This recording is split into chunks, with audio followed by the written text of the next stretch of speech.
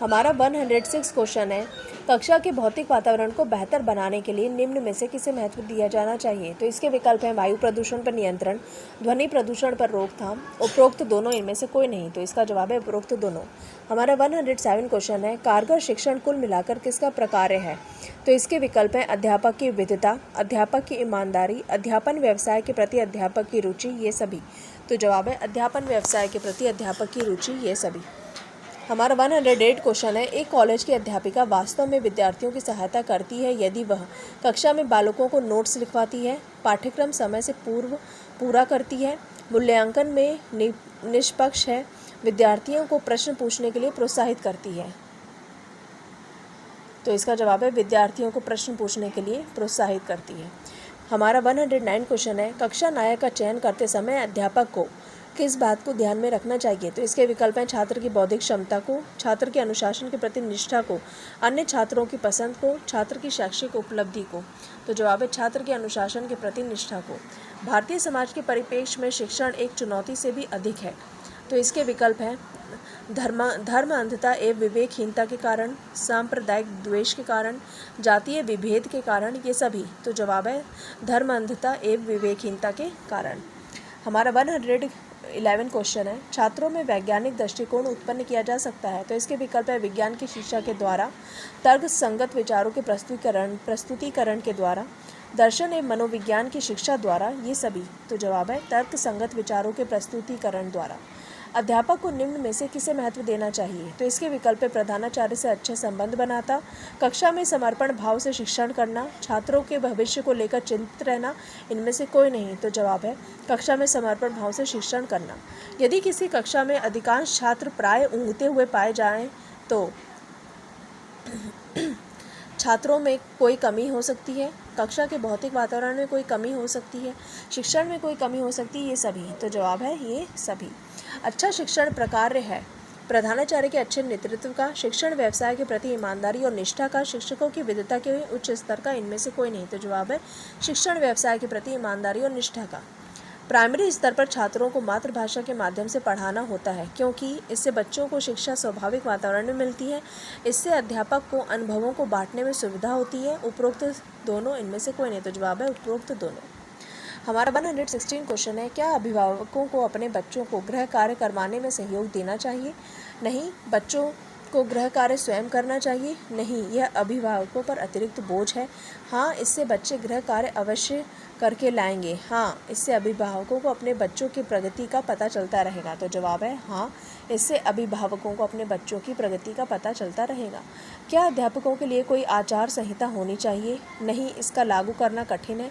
हाँ, क्योंकि उससे उनकी जवाबदेही बढ़ेगी। नहीं, क्योंकि अध्यापन का कार्य बहुत जटिल है। इनमें से कोई नहीं। तो जवाब है हाँ, क्योंकि उससे उनकी जवाबदेही बढ़ेगी।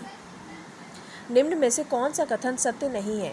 शिक्षण एक कला है, शिक्षक जन्मजात होते हैं, शिक्षकों को प्रशिक्षित किया जाता है, ये सभी। तो जवाब है शिक्षक जन्मजात होते हैं। शिक्षा परम धर्म है क्योंकि। हमारा 121 क्वेश्चन है, छात्रों में श्रम का महत्व भावना का क्या अर्थ है। तो इसके विकल्प हैं शारीरिक श्रम करने से मान सम्मान नहीं घटता, सभी काम समान रूप से इज्जत वाले हैं, कोई भी काम छोटा या बड़ा नहीं होता, ये सभी। तो इसका जवाब है ये सभी। शिक्षण के लिए ज्ञान, प्रशिक्षण, अनुभव तथा अनुसंधान के अलावा और किस बात की आवश्यकता पड़ती है। तो इसके विकल्प हैं अभिरुचि की, सकारात्मकता, अभिवृत्ति की, उपरोक्त दोनों, इनमें से कोई नहीं। तो जवाब है उपरोक्त दोनों। शिक्षण की अभिरुचि का एक महत्वपूर्ण पहलू यह भी है, शिक्षण को छात्र उन्मुख बनाने की क्षमता, छात्रों की क्रियाशीलता पर अंकुश लगाने की क्षमता, शिक्षण को रोजगार उन्मुख बनाने की क्षमता, ये सभी। तो जवाब है शिक्षण को छात्र उन्मुख बनाने की क्षमता। यह शिक्षक में न्याय और निष्पक्षता का गुण ना हो तो इसका क्या परिणाम होता है। इससे छात्रों का हित नहीं हो पाता, इससे शिक्षक की आत्मा मर जाती है, इससे शिक्षक विश्वास खो देता है और उसे सम्मान भी नहीं मिलता, शिक्षक निरंकुश बन जाते हैं। तो जवाब है इससे शिक्षक विश्वास खो देता है और उसे सम्मान भी नहीं मिलता। भारत में प्रौढ़ शिक्षा कार्यक्रम की असफलता का कारण है अनुदेशकों एवं अन्य कार्यकर्ताओं की लापरवाही, प्रौढ़ों के लिए किसी अतिरिक्त अभिप्रेरणा की व्यवस्था ना होना, उचित निगरानी का अभाव, ये सभी। तो जवाब है ये सभी। हमारा 126 क्वेश्चन है, स्कूलों में नैतिक शिक्षा दिए जाने के संबंध में आपका क्या विचार है। तो इसके विकल्प हैं, स्कूल में नैतिक शिक्षा अवश्य दी जानी चाहिए। इस प्रकार की शिक्षा को अध्यापक को अपने व्यवहार द्वारा देना चाहिए। इस शिक्षा को स्कूलों में देने की कोई आवश्यकता नहीं है, ये सभी। तो जवाब है, स्कूल में नैतिक शिक्षा अवश्य दी जानी चाहिए। एक शिक्षक का निजी जीवन कैसा होना चाहिए? इसके विकल्प हैं, पद की गरिमा के अनुरूप होना चाहिए, अति गंभीर और दिखावापूर्ण होना चाहिए, चाहे जैसा हो इससे अंतर नहीं पड़ता, स्कूल के मानक के अनुरूप होना चाहिए। तो जवाब है, पद की गरिमा के अनुरूप होना चाहिए। स्वतंत्र भारत में शिक्षा के माध्यम की समस्या हल न होने का प्रमुख कारण क्या है? अंग्रेजी का दबदबा, भारत का एक बहुभाषी देश होना, भारत की राजनीति, इनमें से कोई नहीं। तो जवाब है, भारत का एक बहुभाषी देश होना।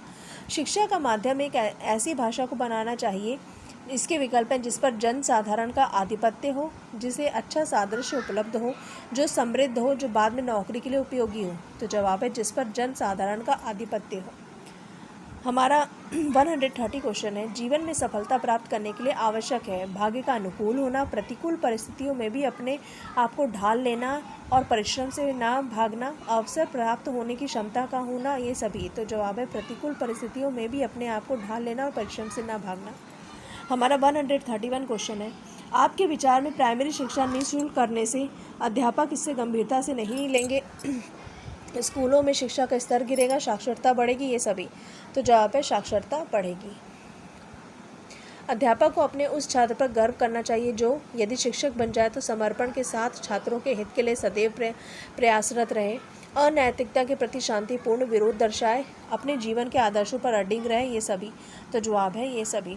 यदि वाद विवाद प्रतियोगिता के लिए आपको निर्णायक मंडल में शामिल कर लिया जाए तो आप प्रतिभागी के प्रदर्शन के अनुसार निर्णय देंगे, गर्व का अनुभव करेंगे, साथ ही निर्णायकों को ध्यान में रखकर निर्णय देंगे, विषय वस्तु पर बिल्कुल ध्यान नहीं देंगे। तो जवाब है, प्रतिभागी के प्रदर्शन के अनुसार निर्णय देंगे।